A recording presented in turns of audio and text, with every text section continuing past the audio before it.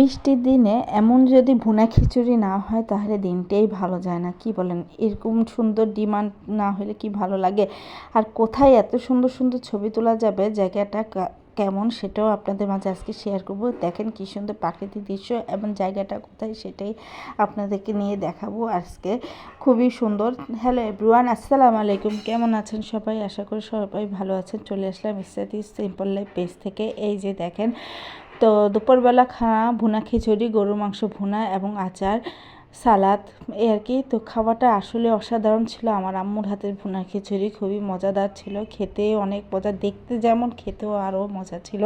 তো খাওয়াটা খেয়ে মানে এত ভালো লাগছিলো, যাই হোক, কিন্তু আসলে অত তৃপ্তি করে খাইতে পারিনি, কেন জানি আসলে খিদা মরে গেছিলো, হয়তো দেরি হয়ে গেছে, এই জন্য অত বেশি খাইতে পারিনি। এখানে যা দেখছেন তার থেকেও কম খাইছি, খাওয়াটা নষ্ট করছি আর কি। এরপর দেখা গেছে খাওয়া দাওয়ার পরে আমরা মানে দুপুরের পরে একটু বের হইলাম। সবাই বলতে আমার আম্মা, আমি, আমার ছোটো বোন আর বাচ্চারা মিলে একটু ঘুরতে বেরোলাম। অনেকদিন কোথাও ঘুরতে যাওয়া হচ্ছিল না এবং কোথাও যাইতেও পারতেছিলাম না সময়ের বিভিন্ন কারণে আর কি। এই জন্য একটু হঠাৎ করে একটা প্ল্যান হলো, এই জন্য চলে যাচ্ছি। সাথে আমাদের সাথেও আরেকজন আপা আসলো, যারা এরা ইউটিউবের পেজে ব্লগার আপা। তো উনিও আমাদের সাথে যাচ্ছিল, উনি ওনার দিক দিয়ে যাচ্ছিলো, আমি আমার দিক দিয়ে আসতেছিলাম আর কি। এ তো আমার সাগরিকা স্টেডিয়াম, এই স্টেডিয়ামটা আজকে আমি প্রথম দেখছিলাম। তো এই তো আসলে এদিক দিয়ে আসলে আমার অত আশা হয়নি, এই জন্য এটা দেখা হয়নি আর কি। তো এই তো যাচ্ছিলাম আর কি, মানে নতুন লিংক রোড, এই রোডগুলো এত সুন্দর হয়েছে, এত ভাল লাগে দেখতে, খুবই সুন্দর। এসব রোডে দিয়ে আপনি যদি বাইকে চড়তে পারেন আরও বেশি ভালো লাগে, কিন্তু কি করব, আমার জামাইয়ের বাইক নাই, তো আমাদেরকে সিএনজি করে যাইতে হচ্ছে আর কি। এই তো দেখা গেছে যে খুবই ভালো লাগতেছিলো ওইখানে পরিবেশটা, আর মানে ওয়েদারটাও খুবই সুন্দর ছিল। এই তো লিংক রোডে দিয়ে যাচ্ছিলাম এবং ওইখানে প্লেসটাও অনেক সুন্দর। ওটা একটা আপনার ফায়ার ব্রিগেডিং ট্রেনিং সেন্টার আর কি। তো ওইখানে খুবই সুন্দর পরিবেশ, ওইখানে আপনার সেনাবাহিনীরা ওইখানে আপনার ওদের একটা ট্রেনিং সেন্টারের জায়গা আর কি। তো ওইখানে এখন বিনোদনের জন্য একটা ব্যবস্থা করছে সবার মানুষের। তো এই তো এখানে যাচ্ছিলাম আর কি। তো দেখেন, এই তো চলে আসছি। এই যে দেখেন, মানুষের মাথা মানুষ খায়, এত ভিড় এত ভিড়। এখানে সবাই সিরিয়ালে দাঁড়ায় আছে টিকিট কাটার জন্য। টিকিট কেটে ঢুকতে হয় এখানে, 20 টাকা করে টিকিট। তো এই তো চলে এখানে ঢুকতেছি, টিকিট কেটে ঢুকলাম। এই তো খুবই সুন্দর দৃশ্য, কি যে ভালো লাগতেছিল দৃশ্যটা, মানে খুবই সুন্দর। আর ওই যে দেখেন লেকের মধ্যে কি সুন্দর বোট চলতেছিল।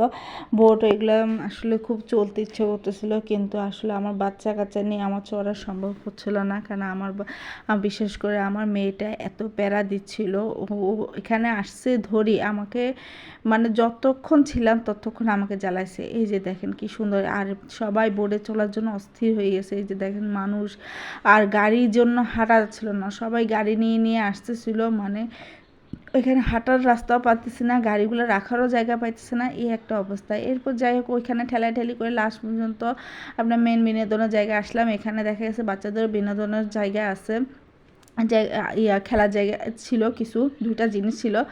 তো দেখা গেছে এখানেও সিরিয়াল, এত সিরিয়াল, বাচ্চাদেরকে সিরিয়াল, এই সিরিয়াল কখন শেষ হবে, কখন আমার বাচ্চারা খেলাবো, এটাও সম্ভব হয়ে উঠেনি।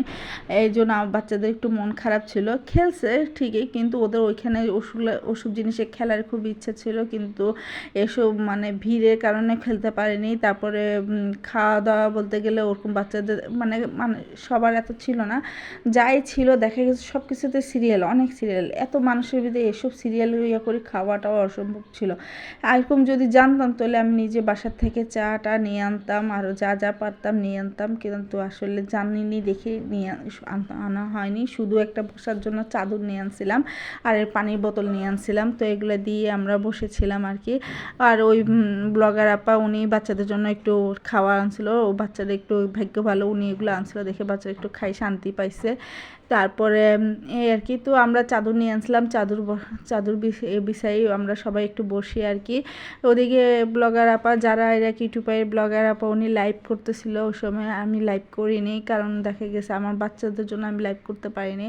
তো আমি দেখা গেছে যে আমার মতন করে একটু ভিডিও করে নিচ্ছিলাম। দোনোজনে যদি একই রকম হয় সেটা ভালো লাগে না, এতে জমে না, এটাই আর কি। উনি ওনার মতন করে করতেছিল, আমি আমার মতন করে করতেছিলাম। তো ভাবি একটু একটু ফাঁকে ফাঁকে দেখা যাচ্ছিলো। ভাবি কিছু মনে করি আর না, দেখা গেছে ভিডিও করতে গেলে একটু অটোমেটিক আসি যায়, তো এগুলো ডিলেটও করতে অসুবিধা হয়ে যাচ্ছিলো, এই জন্য ভাবি রাগ করি আর না, আপনাকে দেখাচ্ছি একটু একটু ফাঁকে ফাঁকে।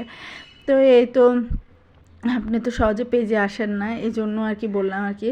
তো এই তো দেখা গেছে যে সবাই একটু বসলাম, সবাই তো বাচ্চারা ওদেরকেও বসাইলাম, ওরাও একটু আরাম পাইল বসে। তারপরে এই তো আমি নিজেকে একটু দেখাচ্ছিলাম এই আর কি। তো আসলে অনেক দিন পর নিজেকে ক্যামেরার সামনে আনলাম আর কি।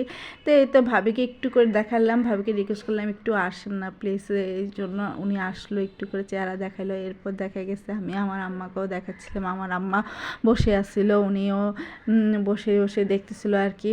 তবে একটু যদি বাতাস থাকতো, বেশি বাতাস ছিল না, হালকা হালকা হঠাৎ হঠাৎ বাতাস আসতেছিল, এটাই। তো বাতাস থাকলে ভালোই লাগতো আর কি। তো খুবই সুন্দর জায়গাটা। এই তো মানুষ, প্রচুর মানুষ দেখলাম যে সবাই বাসার থেকে খাবার নিয়ে আনছে, কেউ বড় বড় ফ্লাক্সে করে চা নিয়ে আনছে, বিরিয়ানি নিয়ে আনছে, চটপটি, মানে যা যা স্ন্যাক্স আইটেম এসব নিয়ে আনতেছিল। এরপরে তো আমরা একটু এদিকে আসি, আমরা একটু ছবি টবি তুলতেছিলাম। দেখা গেছে যে জায়গাটা ছবি তোলার জন্য অনেক সুন্দর। তো সবাই মিলে ছবি তুলতেছে, কেউ টিকটক ভিডিও করতেছে, যে যার মতন করে ভিডিও করতেছে, ছবি তুলতেছে, এটাই আর কি। এটা তো খুবই সুন্দর, তাই না? এই তো তারপরে এই যে আমার মেয়ের অবস্থা দেখেন, ডাকতেছি।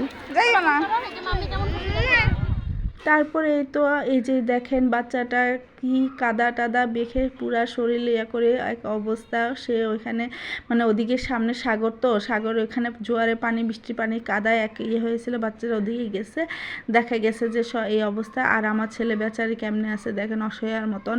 এরপর চারিদিকটা ওরকম পরিবেশ। এরপর দেখা গেছে ম্যাঘ ম্যাঘ হয়ে আসতেছে, সন্ধ্যা হয়ে আসতেছে। তো আমরা চলে যাওয়ার জন্য দেখেন সবাই কিভাবে একসাথে সবাই বের হয়ে যাচ্ছিল, মনে হচ্ছে যে কি একটা কি হয়ে যাচ্ছে, এজন্য সবাই এরকম পাগলের মতন ছুটতেছিল। আর আমার মেয়ের অবস্থা দেখেন, সে আমার সাথে কিভাবে জানোয়ারের মতন ব্যবহার করতেছিল, মানে সে আমার এত প্যারা দিছে বলার মতন না। তার এই প্যারায় আমি অতুষ্ট হয়ে গেছি, একটু শান্তি পাইনি আমি ওইখানে যাই, ওর জন্য কোনো কিছুই করতে পারিনি। মানে ওর কি ডিমান্ড ওর নিজেও জানে না, মানে বাসায় যাওয়ার আগ পর্যন্ত সে আমার সাথে এরকম করছে। তারপর এখানে দেখেন একটা নামাজের ব্যবস্থা ছিল, খুবই সুন্দর ছিল নামাজের একটা ব্যবস্থা। তো যে অনেকের সন্দেহ হয়ে গেছিলো, তো এই দেখা গেছে ওনারা নামাজ পড়তেছিল। আর মানে এমন মেঘ ধরছে, মানে এখনই নামবে আসলে ধরছিল, মানে আমাদেরকে মানে পথে অর্ধেকেই মানে আমাদেরকে সবাইকে বৃষ্টি ধরছে, এবং সবাই আমরা ছড়াই ছিটাই গেছিলাম। ওই ভাবি তো খুবই রাগ করছিল, ওনাকে ফালাই চলে আসছে দেখে, আমার মেয়েটার কারণে চলে আসতে হয়েছে। তো ভাবি রাগ ভাঙাইলাম এ আর কি। তো এই যে দেখেন প্রাকৃতিক দৃশ্যটা কি সুন্দর, এটাই ভালো লাগলো আর কি। তো ভিডিওটা এই পর্যন্ত, সবাই ভালো থাকবেন, আল্লাহ হাফেজ।